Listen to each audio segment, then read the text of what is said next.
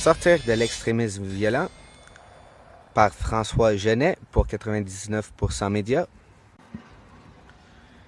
D'après un entretien réalisé avec Benjamin Ducol, responsable de l'équipe de recherche du Centre de prévention de la radicalisation menant à la violence, les réponses de M. Ducol ayant été synthétisées, toute inexactitude est due à l'auteur.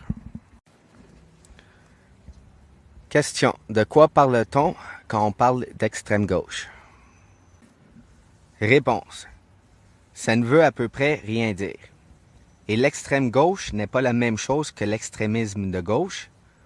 L'extrême gauche et l'extrême droite sont des termes utilitaires qui servent à situer les idées et les groupes politiques sur l'axe gauche-droite.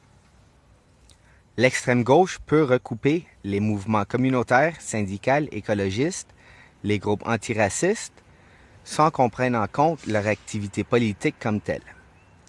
L'extrémisme de gauche ou de droite se reconnaît aux faits violents qui lui sont attribués. Par exemple, le Front national en France est d'extrême droite en raison de son positionnement politique, alors que la Génération identitaire, un groupe politiquement actif, est extrémiste de droite. L'extrémisme refuse les moyens traditionnels de la politique et se tourne vers des actions qui peuvent être très variées allant à la destruction d'objets, à l'attentat suicide, en passant par des agressions physiques sur les personnes. Question. On a entendu l'expert en sécurité Michel Jeannot-Castouillat dire cette semaine que plus d'une trentaine d'explosions au Canada étaient attribuées à l'extrême gauche. Quelle est l'expérience du centre en termes d'extrémisme de gauche? Réponse. Il faut dire que le centre a une vocation de prévention et d'accompagnement. Nous ne sommes pas au courant de ces faits-là concernant des explosions.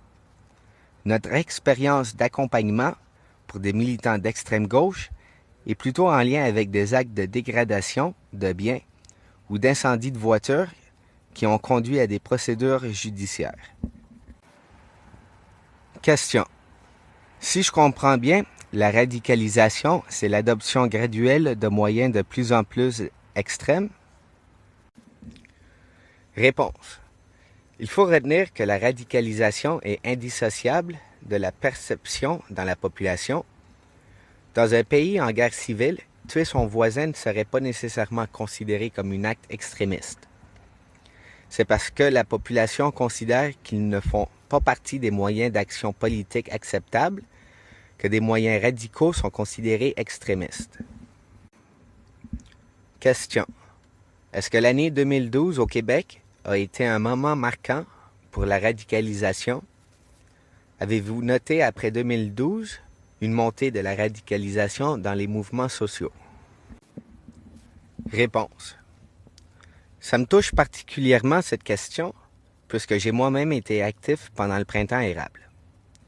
Je dirais que devant l'ampleur du mouvement de contestation sociale en 2012, les groupes d'extrême gauche n'avaient pas besoin de recourir à d'autres moyens.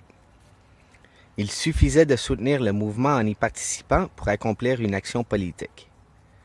La répression a joué un rôle. La répression et la radicalisation sont étroitement liées.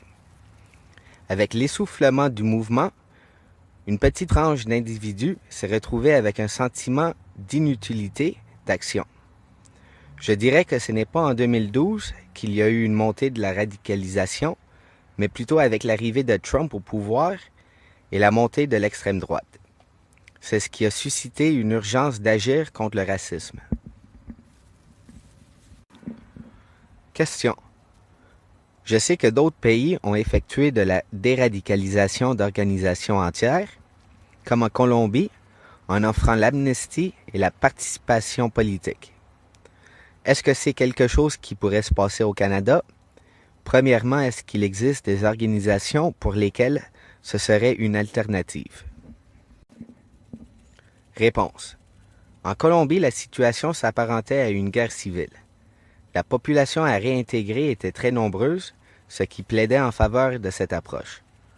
Au Canada, les extrémismes forment une fraction infime de l'extrême droite et de l'extrême gauche. C'est un phénomène mineur. Mais bien qu'ils soient en petit nombre, Ils peuvent avoir un impact symbolique ou social très fort et influer sur le débat public. Question.